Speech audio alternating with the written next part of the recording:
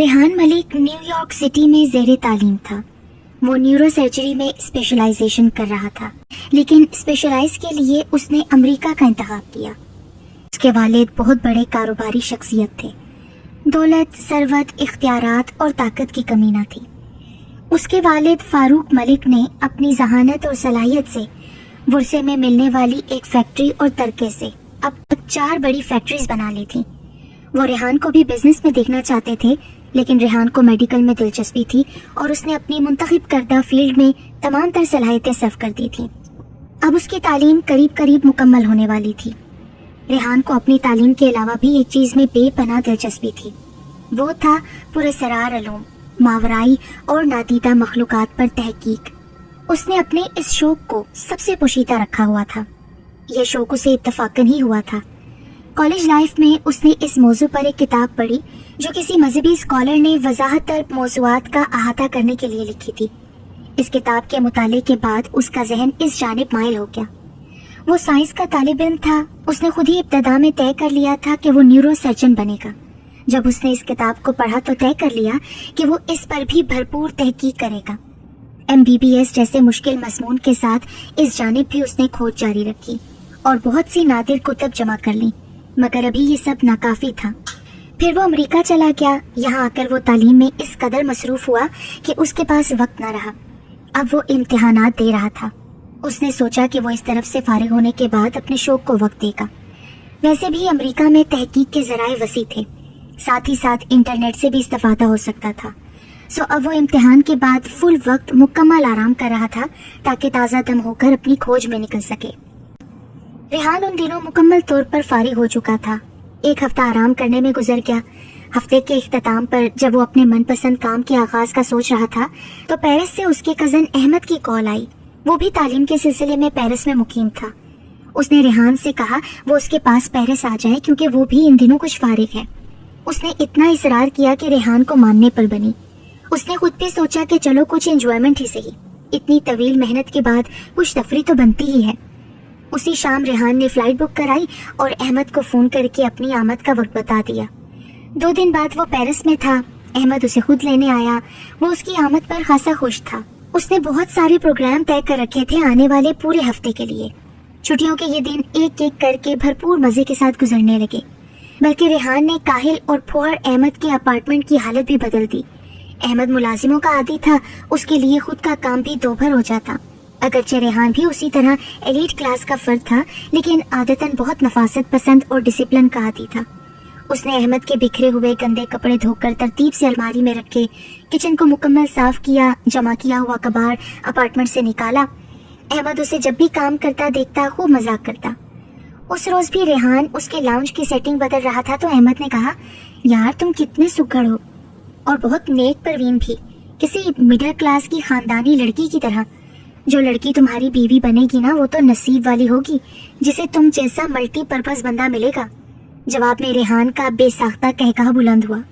उसने भी जवाबी कार्रवाई के तौर पर कहा कि तुम भी ये तो सोचो कि वो लड़की कितनी बदनसीब होगी जिसे तुम सा फोहर काहिल बंदा मिलेगा, माय डियर कजन। और फिर वो दोनों हंसने लगे। खैर ये पूरा हफ्ता दोनों ने घूम फिर कर खूब मजे से गुजारा। फिर रेहान की वापसी का दिन आ गया। उस दिन जुम्मा था और दोपहर 12 बजे उसे एयरपोर्ट जाना था। वो सुबह जल्दी उठा और वॉक पर जाने के लिए तैयार होने लगा। अहमद गहरी नींद सो रहा था। उसने भी उसे साथ आने को कहा, लेकिन उसने नींद की सुस्ती में इनकार कर दिया और करवट बदल कर दोबारा सो गया। रेहान खुद ही अकेला निकल आया। उसके अपार्टमेंट से 10 मिनट की वॉक पर पार्क था। सुबह सादिक का वक्त था। रेहान को और लोग भी पार्क की तरफ जाते दिखाई दिए। उसे सुबह का सुहाना वक्त और पेरिस की रोमान परवर फिजा दोनों बहुत अच्छे लग रहे थे। वो पार्क में आया तो उसे बहुत सारे लोग दिखाई दिए। तकरीबन हर उम्र के लोग वहाँ थे। उसने पहले एक्सरसाइज की, फिर पार्क का मुकम्मल चक्कर लगाया। पार्क ना सिर्फ खूबसूरत बल्कि बहुत ही बड़ा था। फिर वो वापसी के लिए निकलने लगा। उसने जो ही पार्क के बाहर कदम रखा तो एक लड़की उसके करीब आकर खड़ी हुई। लड़की खासी दराज कद और दुबली पतली थी। सुर्खी माइल भूरे बालों की चुटिया उसकी कमर पर बहुत अलग तासुर दे रही थी। खासी पुरकशिश और सादा सी लड़की थी। उसने रेहान के बहुत करीब आकर सरगोशी में कहा, जनाब मैं और मेरा बच्चा बहुत भूखे हैं, कल से कुछ नहीं खाया, बराहे करम मदद करें। اس نے فرانسیسی کی بجائے انگریزی میں درخواست کی۔ ریحان اچانک سامنے آنے والی کو دیکھ کر اس کی بات سن کر بہت کنفیوز سا ہو گیا، لیکن فوراً ہی سنبھل بھی گیا۔ پہلے تو اس کا جائزہ لیا، اس کے ظاہر اور لہجے سے اس کی قومیت کا اندازہ نہیں ہو رہا تھا۔ پیسے دینے لگا تو کچھ خیال آیا۔ اس نے لڑکی سے کہا کہ وہ اپنا بچہ تو دکھائے، کیونکہ وہ کہیں سے بھی ایک بچے کی ماں دکھائی نہیں دیتی۔ ریحان کی توقع کے خلاف ایک لمحہ سوچنے کے بعد اس نے کہا آؤ، اور اسے لے کر پارک کے مغرب کی جانب چلنے لگی۔ کافی دیر چلنے کے بعد وہ ایک بلڈنگ کے گراؤنڈ فلور کی طرف آ گئی۔ بلڈنگ بہت خستہ حال تھی۔ وہ ایک بڑے کمرے میں لے گئی، غالباً یہی ایک کمرہ اس کی رہائش تھا، اور کمرے میں زمین پر بچھے ہوئے بستر پر ایک 1.5 سال کا بچہ سو رہا تھا۔ بچہ کچھ کمزور سا تھا۔ غور سے دیکھنے پر ریحان کو جھٹکا سا لگا، کیونکہ بچہ بالکل ایشین تھا۔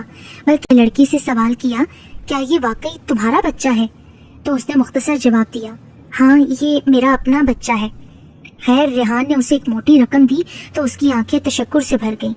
ریحان نے اس کے کمرے کی حالت سے اندازہ لگا لیا تھا کہ وہ واقعی مفلوق الحال تھی۔ اس نے ریحان کا شکریہ ادا کیا۔ ریحان نے واپسی کے لیے قدم اٹھائے تو اس نے تیزی سے آگے بڑھا، اور پھر نہ جانے اس کے دل میں کیا آیا کہ وہ اچانک رک گیا اور پلٹ کر پیچھے دیکھا تو وہ لڑکی بچے سمیت غائب تھی۔ ریحان نے پورے کمرے میں بغور دیکھا، مگر وہاں لڑکی اور بچہ ہوتا تو نظر آتے۔ اب یہ معاملہ ریحان کو اچنبے میں ڈالنے والا تھا۔ ریحان سوچ کے پہاڑ تلے دب گیا۔ وہ اپنی جگہ ساکت تھا کہ اچانک لڑکی کا قہقہا بلند ہوا تو وہ چونک گیا۔ لڑکی پھر بھی نظر نہیں آئی۔ پھر دوبارہ لڑکی کا قہقہا بلند ہوا اور ساتھ ہی سرگوشی سنائی دی، نیک دل انسان، اب تم یہاں سے چلے جاؤ، اس کا ذکر کسی اور سے نہ کرنا، یہی تمہارے حق میں بہتر ہوگا۔ اور یہ سنتے ہی ریحان کے قدم تیزی سے باہر کی طرف اٹھنے لگے۔ واپس آ کر ریحان نے اپنی سرگرمی کا آغاز کر دیا، کیونکہ اسے امریکہ میں زیادہ نہیں رہنا تھا۔ سب سے پہلے اس نے شہر کی تمام لائبریریوں کا دورہ کیا۔ یہ خاصا طویل اور مشکل مرحلہ ثابت ہوا۔ اس سارے عمل میں یہ ضرور ہوا کہ اس نے انسانی زندگی میں دوسری قوتوں اور مخلوقات کے وجود کو تسلیم کر لیا۔ اس سے قبل وہ گونگو کی کیفیت میں ہی رہتا تھا۔ اس کے بعد اس نے ان لوگوں کو کھوجنا شروع کر دیا جنہوں نے عملی تجربات کیے ہوئے ہوں یا اس میں کامل ہوئے ہوں۔ موجودہ سائنسی دور میں یہ سب بہت مشکل تھا، لیکن ناممکن نہیں۔ اس نے مختلف لوگوں سے بات کی، نیٹ پر سرچ کیا، مختلف عاملوں کے اڈوں پر جا کر ملا۔ خیر، یہ کچھ محض شعبدہ باز لگے، لیکن ایسا کم ہی ہوا۔ بعض مانے ہوئے وچ ایکسپرٹ بھی ملے۔ پھر لوگوں سے ملنے اور اس موضوع پر تحقیق کے دوران اس نے ایک ریٹائرڈ پادری ایڈورڈ جیمز کے بارے میں سنا کہ وہ بہت پائے کے روحانی معالج تھے۔ انہوں نے عمر کا ایک بڑا حصہ لوگوں کے مسائل حل کرنے میں صرف کیا تھا۔ وہ چرچ میں پادری کی خدمات دینے کے علاوہ جادو اور بھوت پریت کا علاج بھی کرتے تھے۔ بعض ایسے کیسز جنہیں باقی وچ ایکسپرٹ یعنی عملیات کے ماہر لینے سے گھبراتے تھے، وہ انہوں نے لیے اور لوگوں کی بھرپور مدد کی۔ اب وہ ضعیف العمر ہونے کی وجہ سے گوشہ نشینی کی زندگی بسر کر رہے تھے۔ ریحان نے جب متعدد لوگوں سے ان کے بارے میں سنا تو فیصلہ کر لیا کہ وہ ان سے ضرور ملے گا، کیونکہ اس نے پہلی بار ایسی شخصیت کے بارے میں سنا جس نے اس کام کو سوشل ورک کے تحت کیا، بلا معاوضہ اور باقاعدہ عوام میں اس حوصلے سے مثبت شہرت بھی حاصل کی۔ ریحان نے ان کی رہائش گاہ کا پتہ لگانا شروع کر دیا، کیونکہ وہ ان سے ملنے کا فیصلہ کر چکا تھا۔ ریحان نے فادر کے ایڈریس کا پتہ لگایا، جو کہ نیو یارک سے بہت دور ایک غیر معروف مضافاتی علاقے کا تھا۔ کم از کم 2 گھنٹے کی ڈرائیو تھی، لیکن ملاقات کا شوق ایسا تھا کہ وہ تیار ہو گیا۔ اگلی صبح سویرے وہ تیار ہو کر گاڑی میں نکلا اور تقریباً 2.25 گھنٹے کے بعد وہ پوچھتا پچھاتا ان کے دروازے کے سامنے تھا۔ اس نے دیکھا کہ خاصا خوبصورت کاٹیج نما گھر تھا۔ سامنے کے حصے میں وسیع لان تھا۔ اس نے بیل بجائی تو 2 منٹ کے بعد ہی دروازہ کھلا۔ سامنے 50 برس کی لگ بھگ ایک عورت تھی۔ ریحان نے فادر سے ملنے کی درخواست کی تو پہلے عورت نے بغور اس کا جائزہ لیا، پھر کہا کہ اب پاپا لوگوں کے مسائل حل نہیں کرتے، وہ بہت بوڑھے ہو چکے ہیں، پلیز تنگ نہ کیا جائے۔ یہ کہہ کر دروازہ بند کرنا چاہا تو ریحان جلدی سے بولا، میڈم میں کوئی کیس لے کر نہیں آیا، بلکہ صرف اور صرف ان سے ملاقات کرنے آیا ہوں، براہ کرم ان سے ملوا دیجیے، میں بہت دور سے آیا ہوں۔ اس پر عورت نے سر ہلا کر اسے رکنے کو کہا اور خود اندر چلی گئی۔ چند لمحوں کے بعد اس کی واپسی ہوئی اور اسے اندر لے گئی۔ لان میں دھوپ کی طرف رخ کر کے ایک باوقار شخصیت کے حامل بزرگ ایک صوفہ نما کرسی پر سکون سے بیٹھے تھے۔ وہ عورت اسے وہاں چھوڑ کر چلی گئی۔ ریحان نے قریب جا کر ہیلو فادر کہا اور مصافحہ کیا۔ انہوں نے اسے بیٹھنے کا اشارہ کیا۔ रेहान ने अपना तारुफ करवाया और फिर कहा, इसे रूहानियत से बेपनाह दिलचस्पी है। वो सिर्फ इनकी शोहरत का सुनकर इनसे मिलने आया है ताकि वो अपने अंदाज से इस इल्म की वजाहत दें। फादर पहले तो खामोशी से उसकी बात सुनते रहे, उसकी बात खत्म होने के बाद भी चंद लम्हे खामोश रहे। इस दौरान रेहान ने उनका अच्छी तरह से जायजा ले लिया। वो 80 बरस से ज्यादा उम्र के ही थे, लेकिन बज़ाहिर मजबूत और सेहतमंद नजर आते थे। फादर ने अपनी बात का आगाज किया, क्या तुम मुसलमान हो? हाँ फादर, मैं मुसलमान हूँ। फादर बोले, मैं समझता हूँ कि आज के नौजवानों को रूहानियत से कतई कोई शगफ नहीं। उनकी दिलचस्पी सिर्फ माफूकुल फितरत रूबरू देखने और कहानियां पढ़ने तक है, जबकि ये इल्म है, हकीकत है और ज़रूरत भी।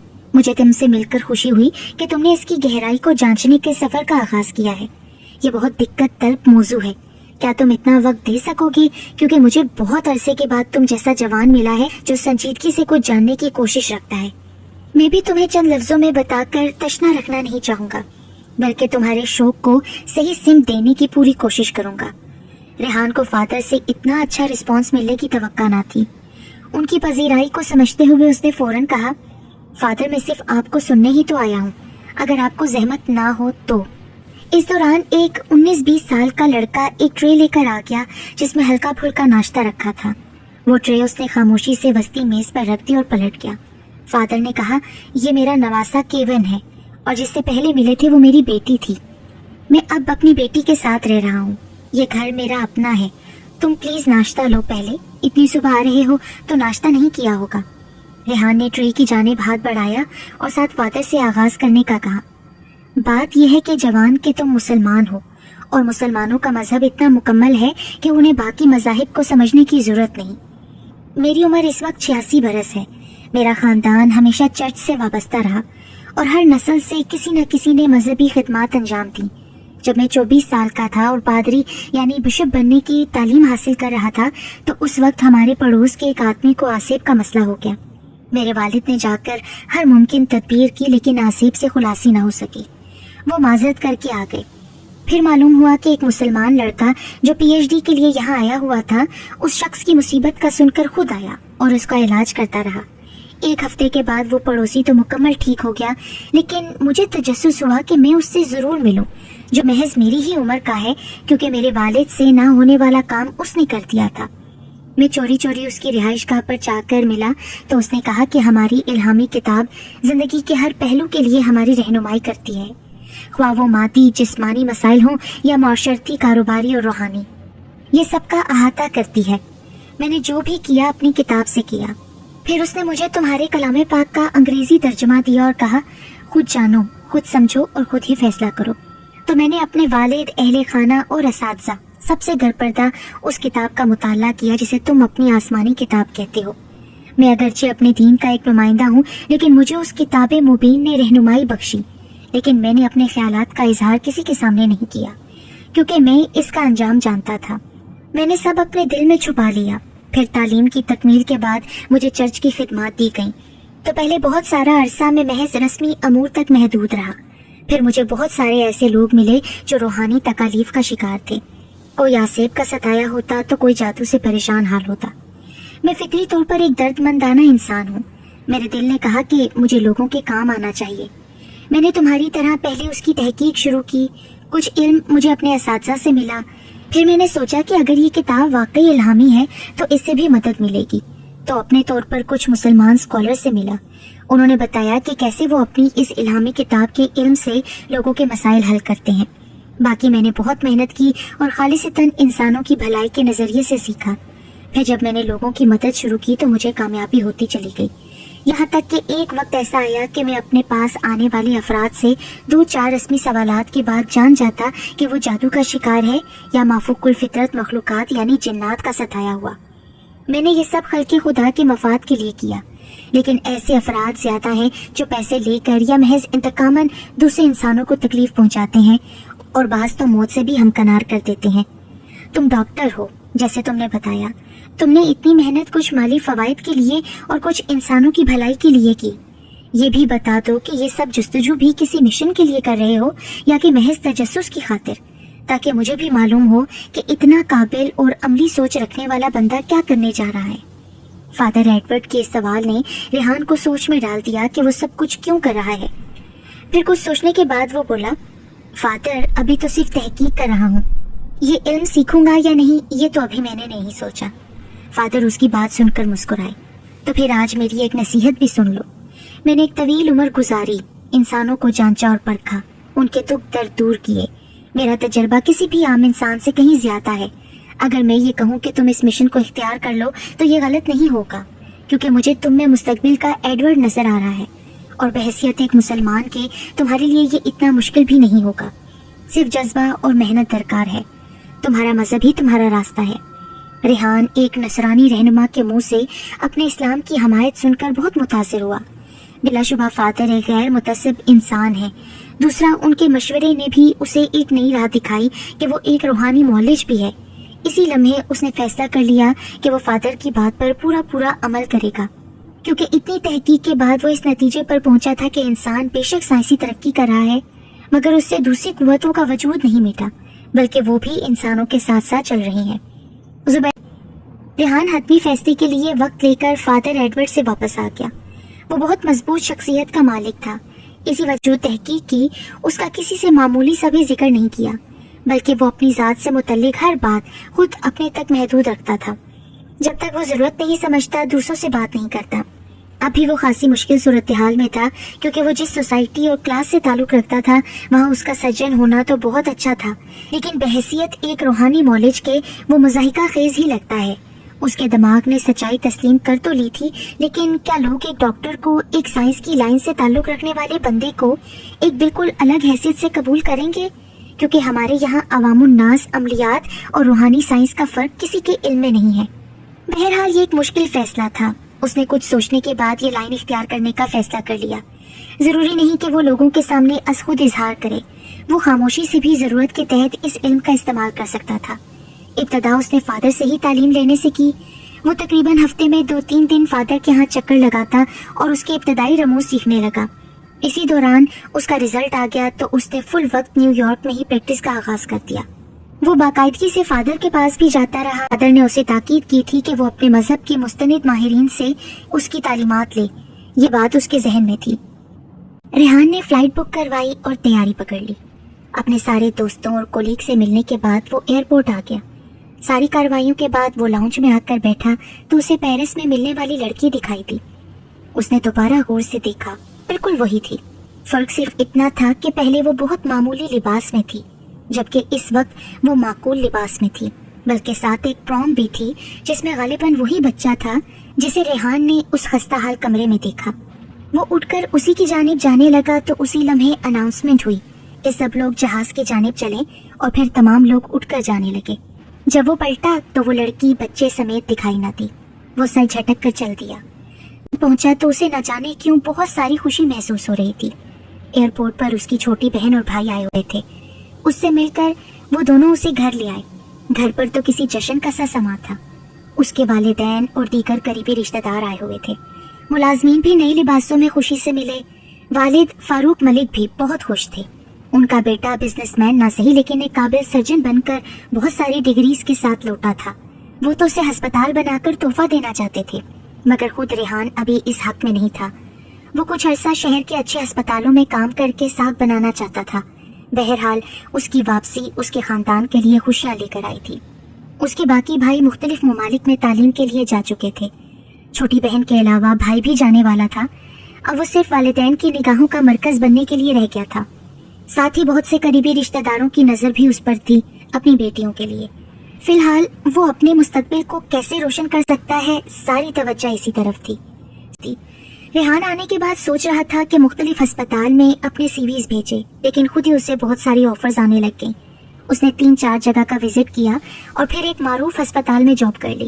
جاب کے آغاز کے ساتھ ہی اس کی گوں ناگوں مصروفیات کا سلسلہ چل نکلا۔ وہ ایک ماہر سرجن ثابت ہوا۔ مشکل سے مشکل سرجریز وہ بآسانی کر لیتا۔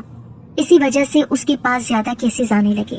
ظاہر ہے پھر وقت کا سوال کیا، وہ اپنی جاب میں مصروف ہو کر وقتی طور پر اپنے دوسرے مقصد سے دور ہو گیا۔ روز یہی سوچتا کہ کل وہ اس کے لیے وقت نکالے گا، پھر اگلے دن کی مصروفیات میں بھول جاتا۔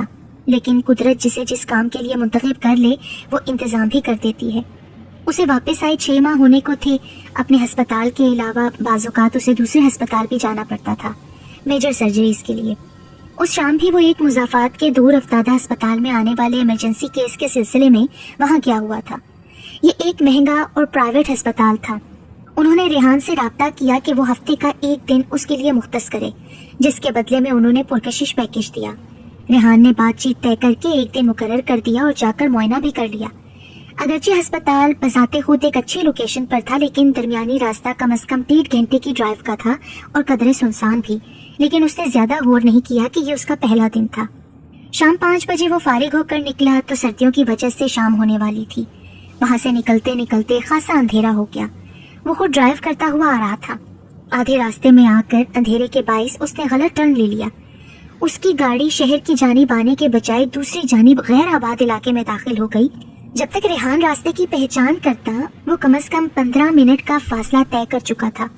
उसने जब अंधेरा और वीरान इलाका देखा तो एहसास हुआ कि वो गलत सिमत में आ चुका है। उसने फौरन गाड़ी मोड़ ली क्योंकि वो मजीद भटकना नहीं चाहता था।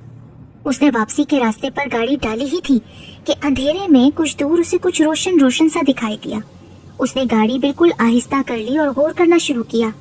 पहले तो कुछ अंदाजा न हुआ, लेकिन फिर मालूम हुआ कि फिजा नन्ही मुन्नी रोशनियों से भरी हुई है और ढोल जैसी हल्की हल्की थाप सुनाई दी। ये उस शिकस्ता सड़क की मशरिकी जानिब हो रहा था। उसे तजस्सुस हुआ कि अगरचे सुनसान सड़क पर किसी भी हादसे या डकैती का खदशा था, लेकिन उसने फिर भी रुक कर देखना जरूरी समझा।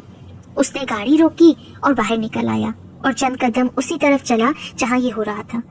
कुछ करीब आने पर वाज़ेह हुआ कि फिजा में बहुत सारे दिए रोशन हैं और हरकत भी कर रहे हैं।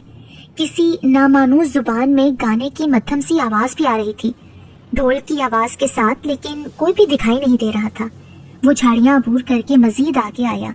इतने में चांद भी तुलू हो चुका था। गालिबन चांद की 14 होने के सबब मुकम्मल चांद था। साफ मौसम की वजह से उसकी चांदनी भी बहुत खुली खुली थी। मजीद आगे उसने देखा कि साफ मैदान है जिसे किसी ने बतौर खास साफ किया हुआ है, और वहीं बहुत सारे लोगों की मौजूदगी का एहसास हो रहा था, जो सिर्फ महसूस होने की हद तक था, क्योंकि कोई दिखाई तो दिया नहीं। वो और भी आगे आ गया, यहाँ तक कि वो उसी मैदान की हदूद में आ गया। अचानक उसे बहुत खौफ महसूस हुआ। बार बार झुरझुरी आने लगी। वो वापस पलटना ही चाहता था कि उसके पांव अपनी जगह जम गए। वो बेबस सा हो गया। यकायक एक बहुत दराज कद आदमी उसके सामने आया। वो इतना लंबा था कि रेहान का सर उसके सीने तक आ रहा था। उसने सामने आकर बहुत करख्त लहजे में पूछा, कौन हो और यहाँ क्या करने आए हो? रेहान उसे देखकर बिल्कुल घबरा गया और उसके मुंह से अपने आप अल्फाज अदा होने लगे। अपने तारुफ से लेकर यहाँ रास्ता भटक कर आने तक उसने सब कुछ कह दिया। उसके खामोश होने पर उस आदमी ने दोबारा पूछा, फिर तुम यहाँ क्या कर रहे हो? अपने रास्ते पर गए क्यों नहीं?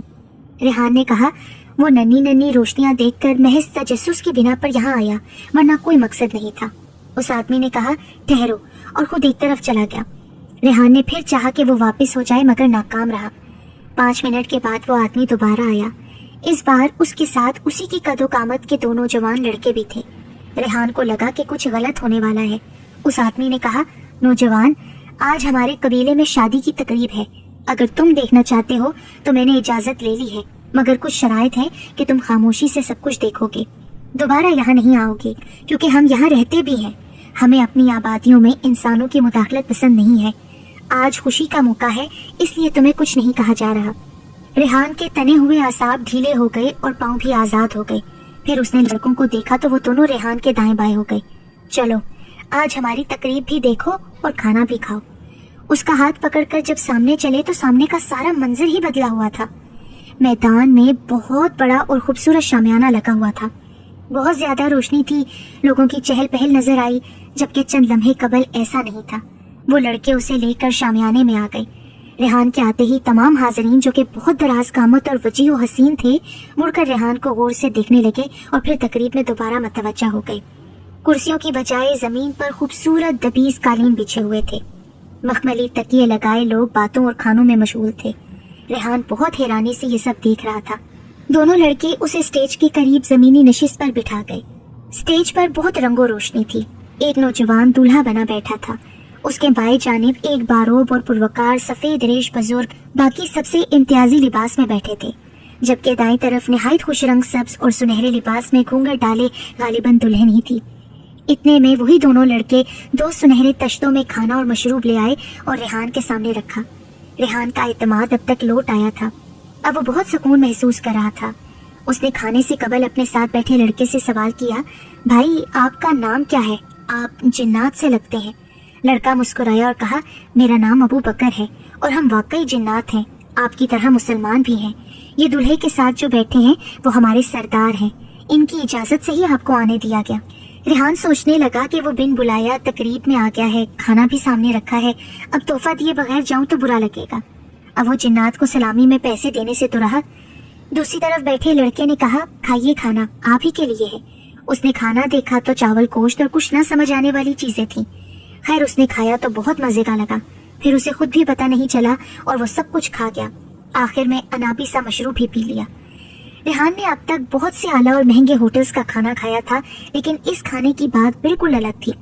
खाने के बाद उसे याद आया कि सुबह आते हुए उसने अपनी बहन के लिए डायमंड की रिंग खरीदी थी, उसे देने के लिए, जो उसकी गाड़ी के डैशबोर्ड में रखी है।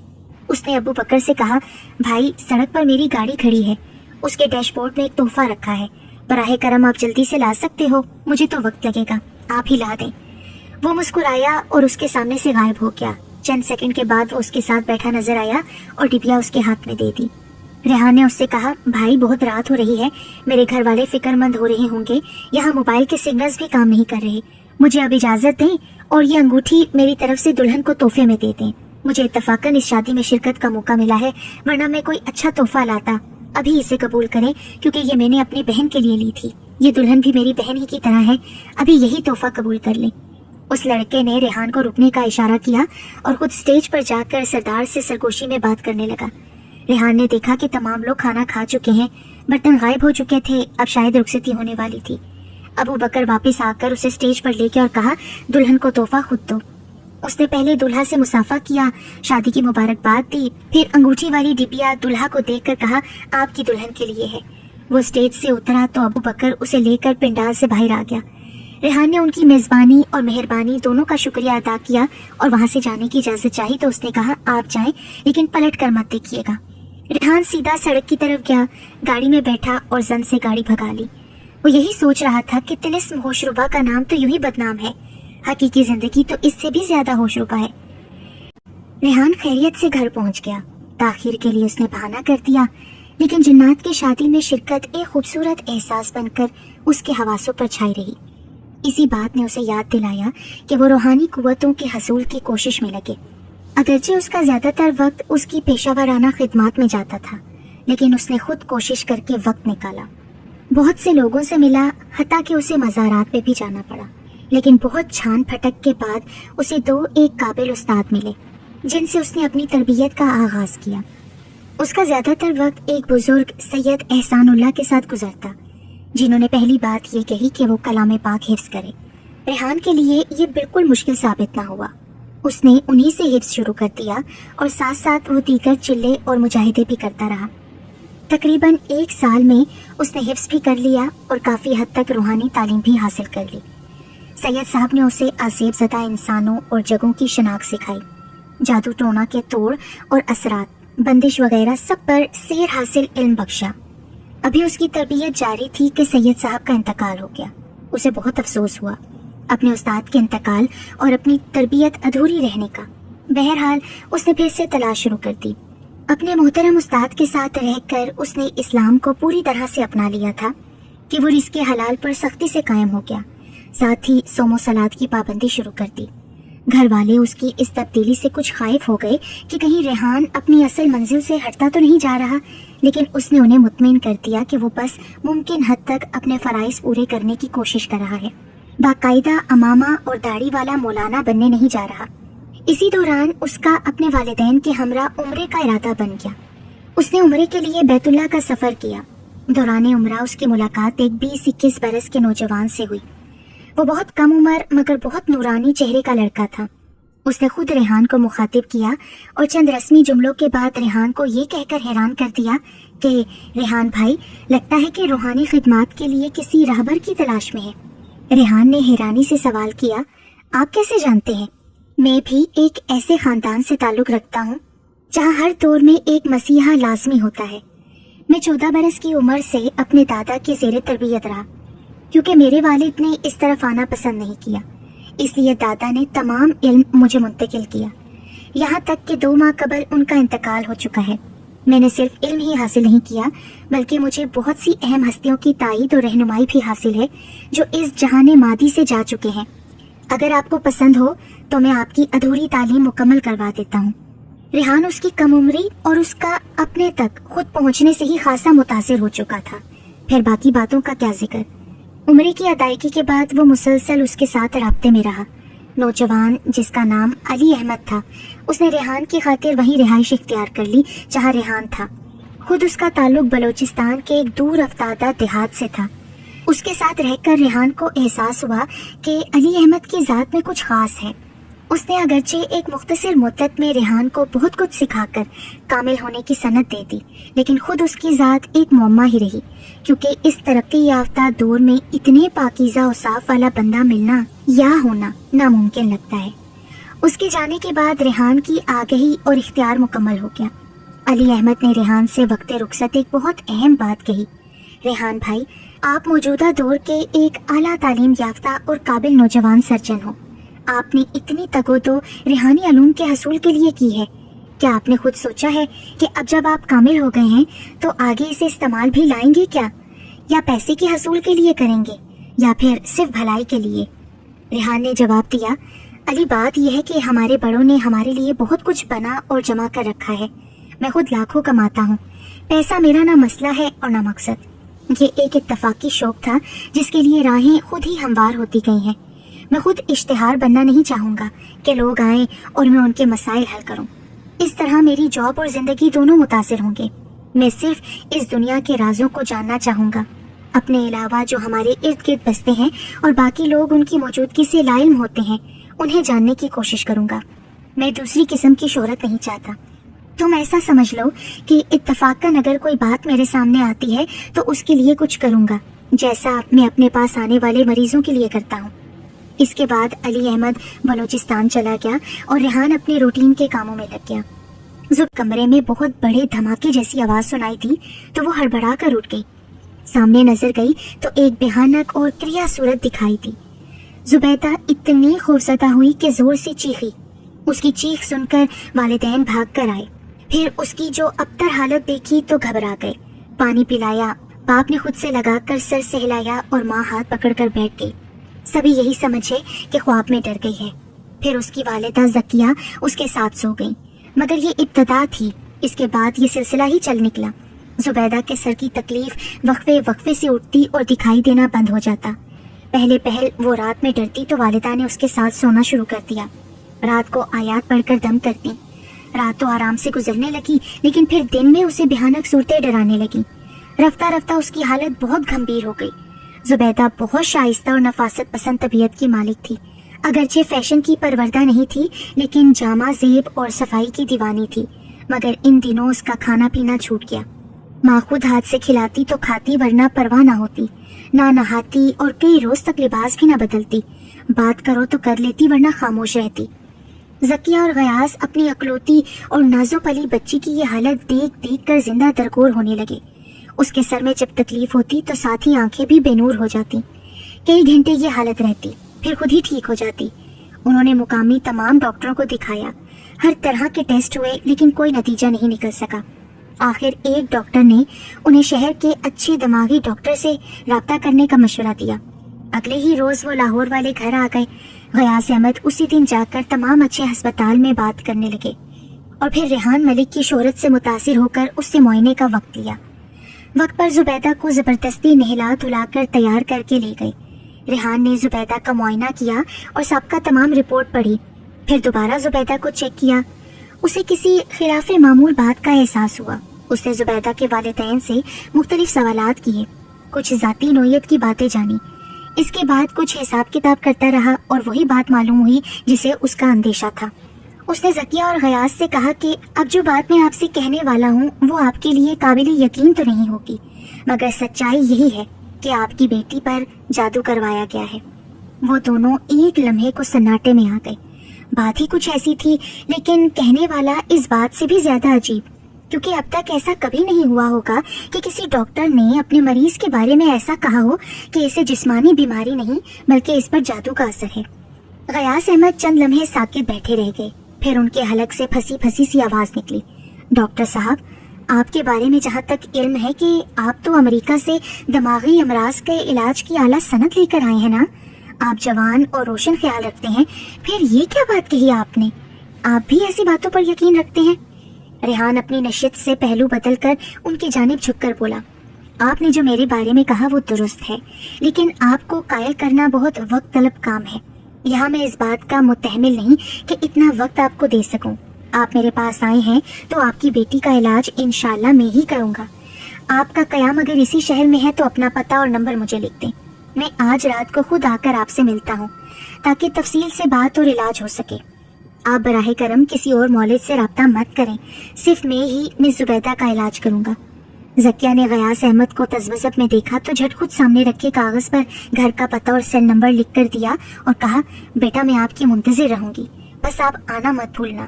ریحان نے خود کھڑے ہو کر انہیں رخصت کیا اور یقین دہانی کرائی کہ وہ ضرور آئے گا۔ پھر وہ دونوں زبیدہ کا ہاتھ پکڑ کر واپس ہو لیے۔ رات تک کا وقت بہت وحشت اور اذیت کے ساتھ کٹا۔ دونوں کو یہ بات سکون نہیں لینے دے رہی تھی کہ ان کی بیٹی جادو کا شکار ہے، اور اس امر سے آگاہ کرنے والے کا انتظار بھی لمحہ لمحہ گن گن کر ہو رہا تھا۔ تقریباً 9 بجے ذکیہ کے نمبر پر ریحان نے کہا کہ وہ آ رہا ہے۔ ذکیہ نے رات کے کھانے کا اہتمام کر رکھا تھا۔ نعیم کو غیاث احمد کے ساتھ باہر گیٹ پر کھڑا کر دیا کہ وہ ڈاکٹر صاحب کو خود لے کر آئیں۔ قریب 9:15 بجے ریحان ان کے گھر میں داخل ہو رہا تھا۔ غیاث احمد صبح سے اب تک خود کو سنبھال چکے تھے۔ انہوں نے تپاک سے ریحان کو اندر بلایا۔ نعیم نے لاؤنج میں بٹھایا، پہلے ڈرنک پلائی، اب تک صرف رسمی باتیں ہو رہی تھیں۔ اسی اثنا میں ذکیہ بیگم نے کھانا لگا دیا اور خود کہنے آئی، ریحان نے بہت انکار کیا مگر ان سب کے اصرار پر آ کر کھانے کی میز پر بیٹھ گیا۔ غیاث احمد سوچ رہے تھے کہ ضرور کوئی تشویش والی بات ہے تو ہی اتنے نامی گرامی شخصیت ان کے گھر تک آئی ہے۔ زبیدہ کو بھی کھانے پر بٹھایا گیا، لیکن اس کی توجہ نہ تو ریحان کی طرف گئی اور نہ ہی دلچسپی سے کھانا کھایا۔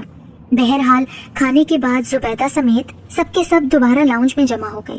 بات کا آغاز خود ریحان نے کیا۔ اس نے پہلے تو فردن فردن سب سے تعارف حاصل کیا، پھر بات کا آغاز کیا۔ آج صبح آپ جب اپنی بیٹی کو لے کر میرے پاس آئے تو میں نے اچھی طرح سے دیکھا، ان کی سابقہ رپورٹس بھی دیکھی تو معلوم ہوا کہ انہیں کوئی دماغی یا جسمانی عارضہ بالکل نہیں ہے۔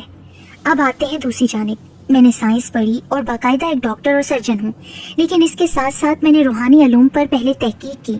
جب مجھے کچھ سچائی محسوس ہوئی تو میں نے اسے باقاعدہ پڑھا، چند مستند ماہرین سے اس پر عبور حاصل کیا۔ اب میں بآسانی یہ شناخت کر سکتا ہوں کہ مریض کو جسمانی مسئلہ ہے یا روحانی۔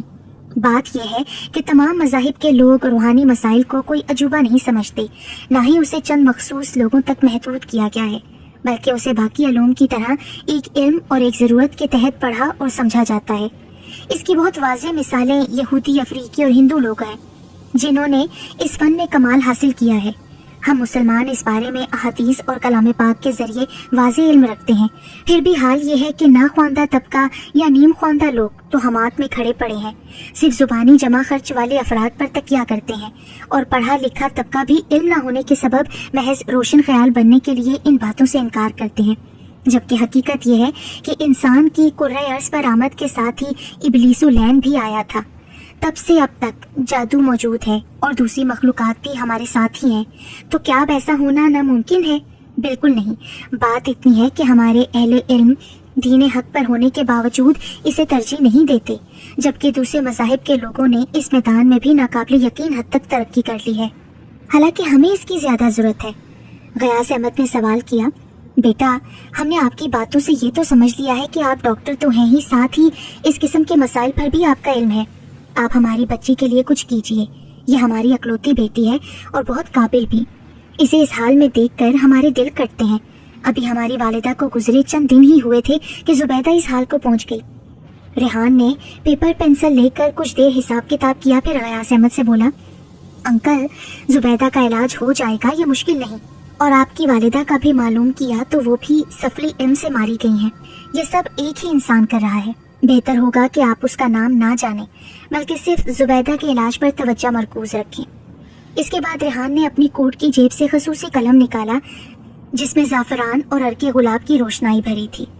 اس نے 2-3 تعویذ لکھے اور زبیدہ کی والدہ کو دے کر استعمال کا طریقہ بتایا اور باقی کلام پاک سے ایک سورہ مبارکہ کو مسلسل پڑھ کر پلانے اور گھر میں پانی چھڑکنے کا کہا۔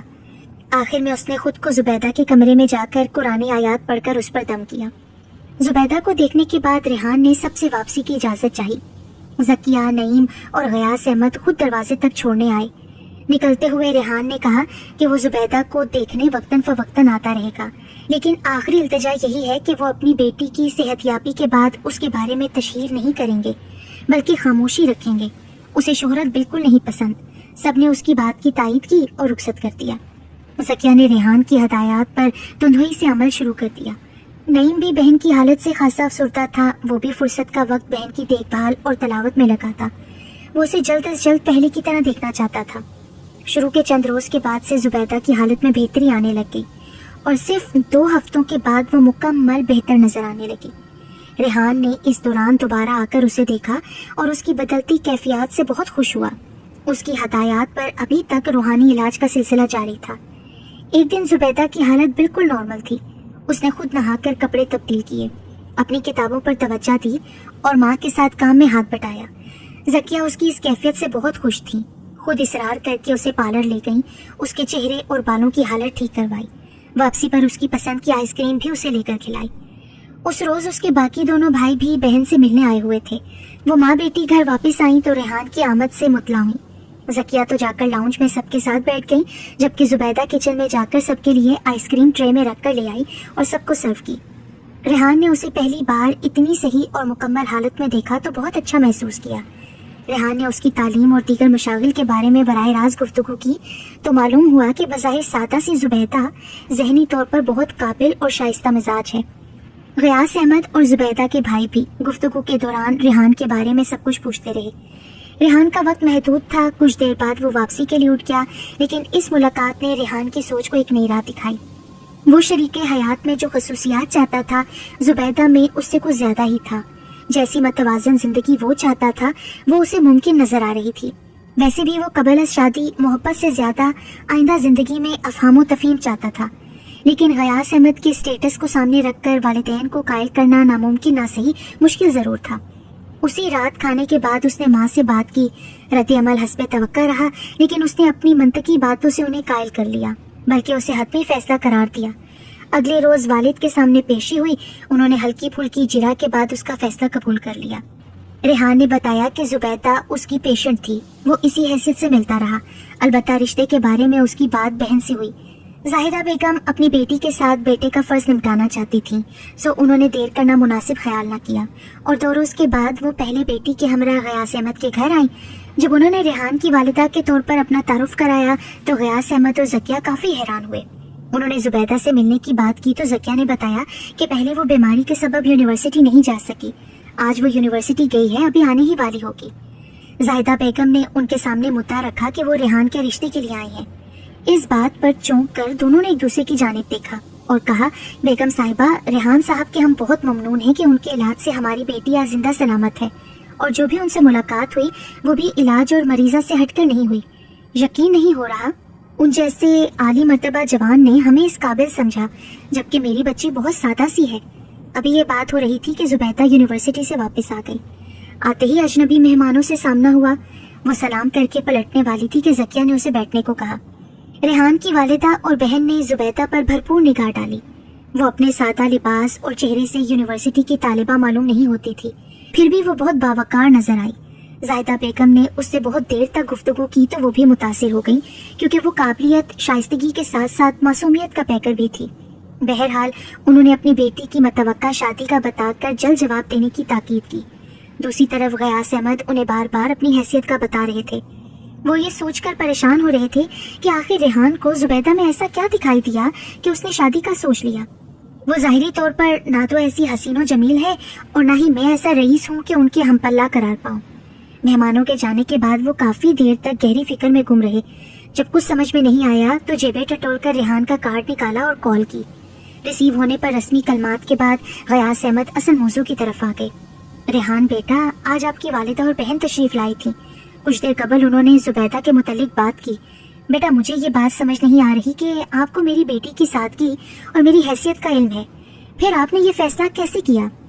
انکل آپ بھی جانتے ہیں کہ اللہ نے مجھے سب کچھ دے رکھا ہے، مجھے میرے سرکل میں بے شمار آفرز ہیں، لیکن مجھے شادی اپنی زندگی میں خوشگوار تبدیلی لانے کے لیے کرنی ہے، جبکہ یہی اگر والدین کی پسند سے ہوگی تو آنے والی برابری کی بنیاد پر مطالبات کرے گی۔